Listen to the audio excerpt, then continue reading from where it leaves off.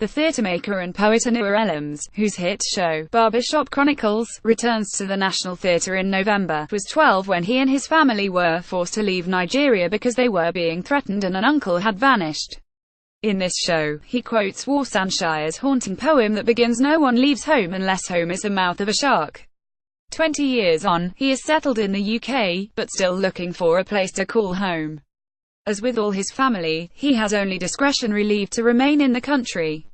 It must be renewed every 3 years, at £900 a pop. The next due date is in December.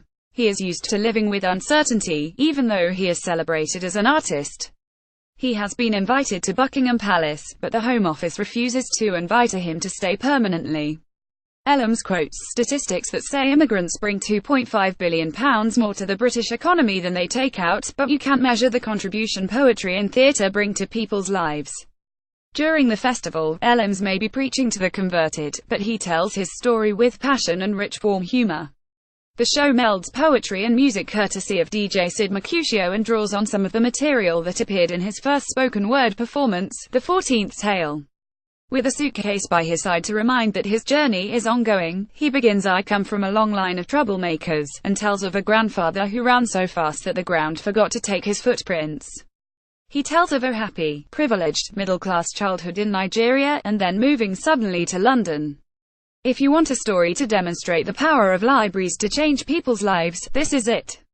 "I was like a black Matilda," he says of his astonishment at discovering that a small, laminated card entitled him to take home 12 books and trusted him to bring them back.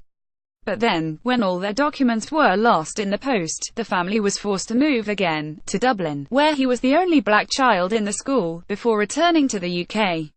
"Poetry saved my life," he says. "It is the cheapest way to be free." Elams is living proof of that, at the Traverse, Edinburgh, until the 25th of August. Box office 013122281404.